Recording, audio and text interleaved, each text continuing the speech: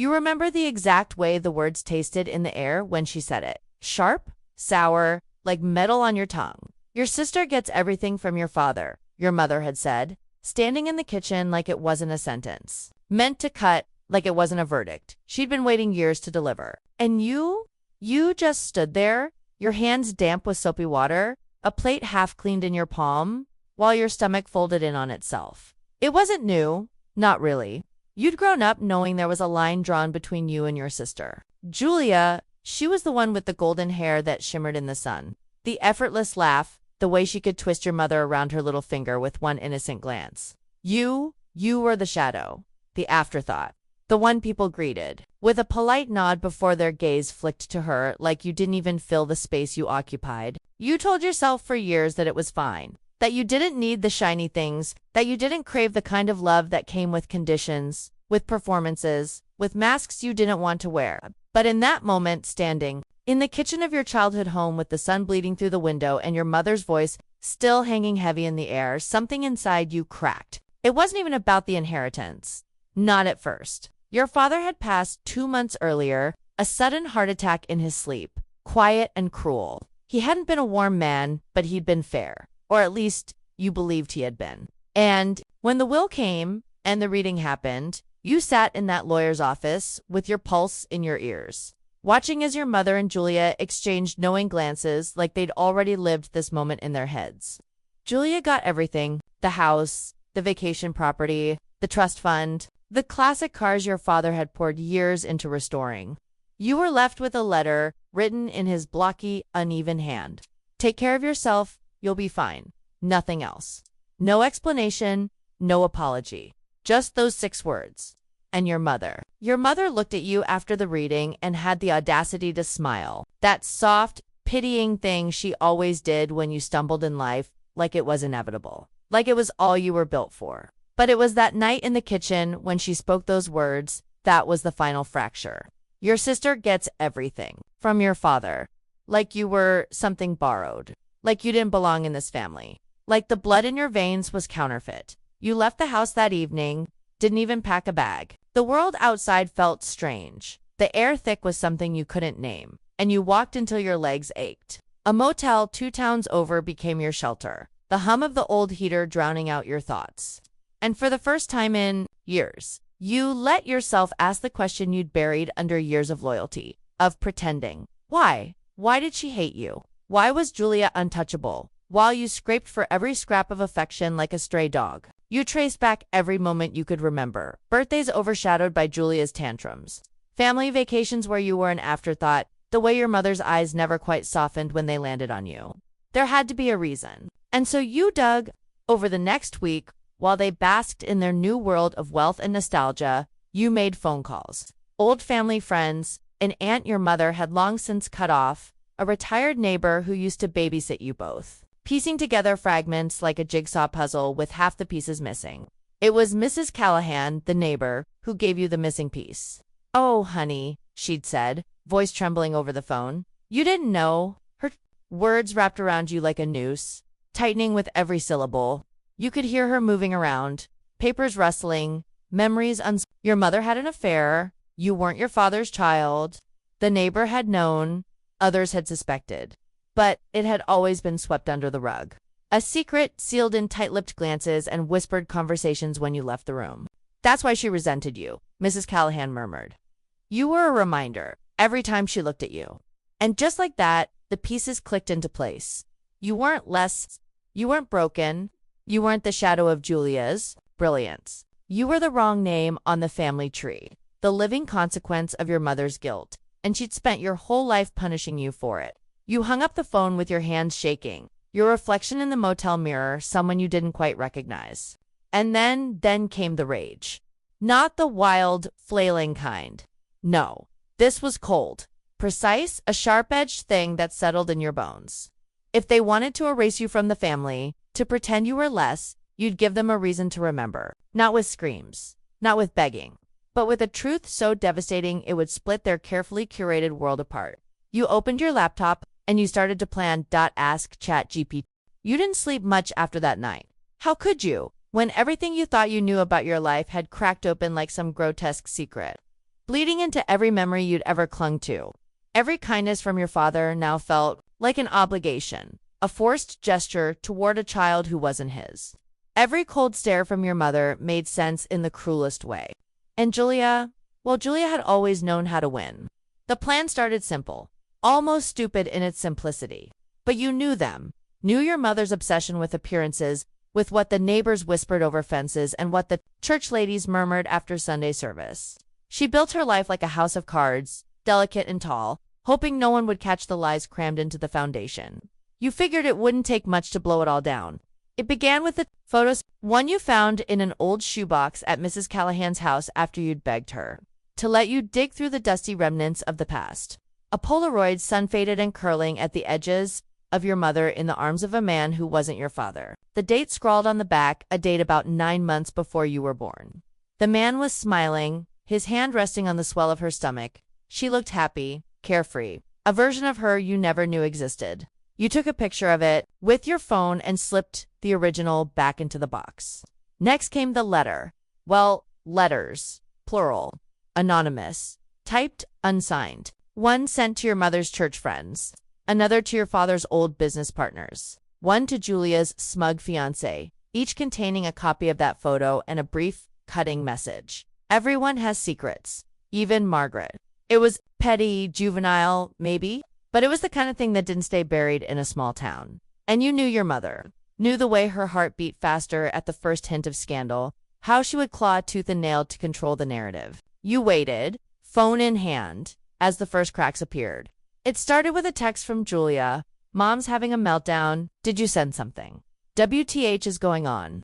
You smiled, not because it was funny, but because, for once, Julia wasn't the golden girl. For once, something had touched her perfect little world. You didn't reply. The calls came next. Unknown numbers, blocked IDs, messages left in tight, breathless whispers. You have no idea what you're doing. You need to stop this before you ruin everything. We can talk, please. It was your mother's voice in the last one, cracking at the edges. And it felt good. You hated how good it felt. But you weren't finished. Because revenge isn't about the first blow. It's about watching them stumble, watching them scramble to patch the holes in their perfect little life while you hold the final weapon in your hand. The DNA test was easy enough to order. You'd done it under the pretense of curiosity. Find your ancestry, the website promised. You sent in your sample, but here's the thing about small towns. People talk, and not everyone keeps their trash locked up tight. It didn't take long to get a piece of Julia, a discarded coffee cup from the cafe, where she liked to pretend she was a regular person, laughing too loud, calling the barista by name like they were friends. You fished it from the trash when no one was looking, sent it in, marked anonymous. When the results came, you stared at them for a long, long time. Half siblings, not full. Julia wasn't your father's child either. The implications sank in like ice water down your spine. All those years, all that favoritism, the inheritance, the smug entitlement, and she wasn't any more his blood than you were. Your mother had played them both, played the whole damn town. The temptation was there to confront Julia, to watch her perfect face crumple, but you knew better. The real victory wasn't in the shouting. It was in letting them destroy each other. So you sent the results. Not to Julia, not to your mother, to the lawyer, anonymously, attached with a polite note, might want to double-check those inheritance claims. And then you waited. You spent the next week half expecting someone to show up at your motel door, but no one came. Instead, the town started to buzz. Mrs. Callahan called giddy with the kind of gossip only a lifetime of secrets could ferment. Your mother wasn't showing up to church. Julia had canceled her engagement party. Rumors flew, affairs, illegitimate children, inheritance disputes. You didn't even have to lift another finger. And you knew, the storm was gathering, the storm you'd summoned, the one they deserved. The last call you got before you turned your phone off for good was from your mother. You let it go to voicemail. You think you've won? She spat, her voice ragged. You're nothing. Do you hear me? Nothing. You always were. But there was a crack in it now, a desperation. And you smiled. Because the thing about people like her, they forget the quiet ones, the shadows, the ones they step over without a second glance. Until the shadow starts to move. You packed your bag that night, paid your bill in cash, and as you stood outside that motel, the cool air biting your skin, you knew it wasn't over. Not yet. One final move left to play. You drove back to town before dawn. The roads empty, headlights cutting through mist like a blade. It felt strange coming back, like you were walking through the set of a play where the actors had forgotten their lines. And had quit? The streets were too quiet, the houses too still. You knew without asking that things had cracked wide open in your absence. You parked a block away from the house you'd grown up in. That place was never a home. Not for you. It was a shrine to your mother's image, your sister's perfection, your father's blind devotion. And now it looked like a war zone disguised as a suburban paradise. There were no lights on. The porch light that had always burned late into the night was dark, curtains drawn, and for a brief, strange second, you wondered if you should feel guilty.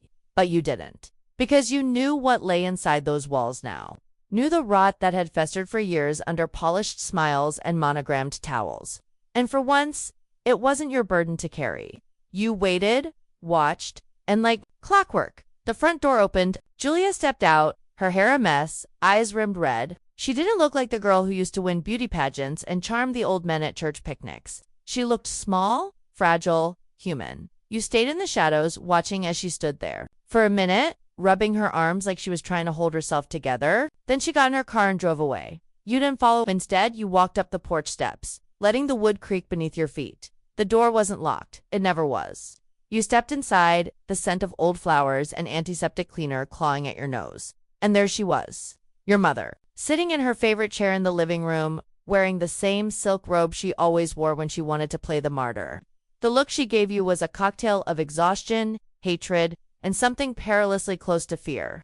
Neither of you spoke for a long time. You let the silence settle like a weight in the room. Watched as her fingers trembled around the cup of tea she hadn't touched. Finally, she spoke. I should have sent you away when I had the chance. Her voice was barely a whisper, and you almost laughed. Because even now, even standing in the ruins of the life she'd built on lies, she couldn't admit what she'd done. You stepped closer. I know everything, you said, voice steady, cold, the affairs, the lies, Julia. She flinched like you'd struck her. You think this is your victory? She hissed. You've destroyed this family. Do you have any idea what you've done? I didn't destroy anything, you said. You did. I just let the truth out. For the first time in your life, you saw it, a crack in her armor. Not just the guilt, not just the fear of losing face, but something deeper. The gnawing knowledge that she'd spent decades hating a child for a crime of her own making. You leaned down, level with her. You punished me my whole life for a mistake you made. And you handed Julia a throne built on nothing but lies. Well, guess what? Now she knows.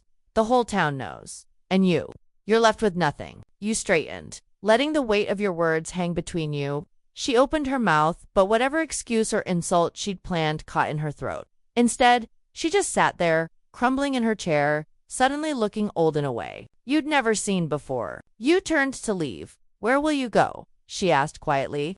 You paused at the doorway, one hand on the frame. And you smiled, not cruel, not triumphant, just free. Somewhere I don't have to be your secret. And you walked out. The air outside was crisp, the kind that hinted at fall coming in early. And with every step away from that house, you felt lighter. Not healed, some wounds don't ever fully close, but no longer shackled. Word spread fast after that. The lawyer made it official, the inheritance frozen, assets under review. The DNA tests filed, the legal disputes launched. Julia moved to the city, or so you heard. Tried to outrun the gossip, the scandal, but small-town whispers travel faster than any car. Your mother stopped going to church, sold the house, moved in with a cousin in another state, though no one really cared enough to track her down. And you built a new life. Small, at first. An apartment with tooth and walls, but your name on the lease. A job you actually liked. People who knew you without the shadow of that family name hanging over your head. And for the first time in your life, you weren't somebody's mistake. You were just you. You kept the photo. Not out of sentiment, but as a reminder, tucked in a drawer, yellowing at the edges. A relic of a war you survived. Some nights, when the quiet feels too heavy, you take it out. Not to dwell, but to remind yourself what it cost to get here. What it meant to finally be free of their story. Because now, they know, now. The world knows who you are. Not their burden. Not their secret. Not their shadow. You are the storm that finally broke them. And you'll never be invisible again.